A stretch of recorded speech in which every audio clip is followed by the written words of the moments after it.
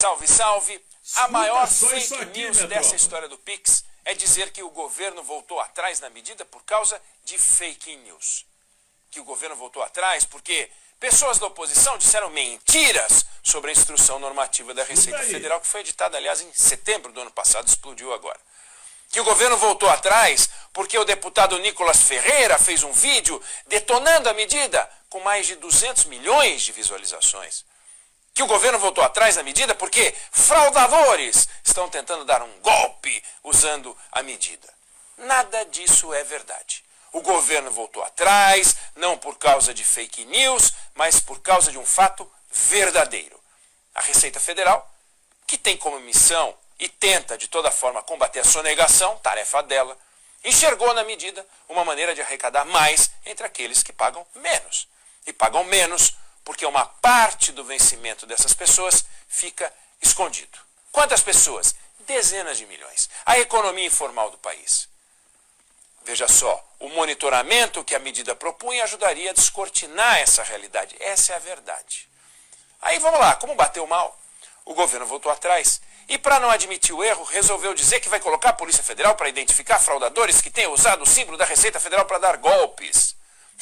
O que aconteceu é simples.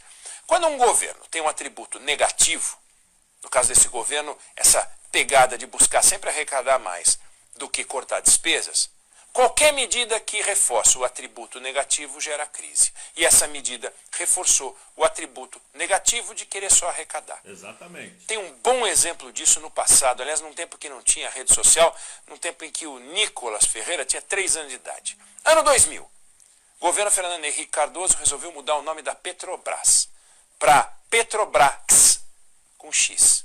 A decisão foi tomada no dia 19 de dezembro de 2000.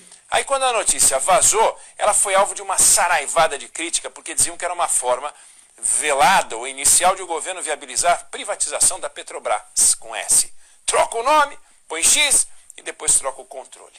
Ainda que não fizesse muito sentido, porque não é preciso fazer isso para privatizar, aquele governo tinha a marca da privatização, tinha privatizado. E no final do ano 2000, privatização já não era uma unanimidade.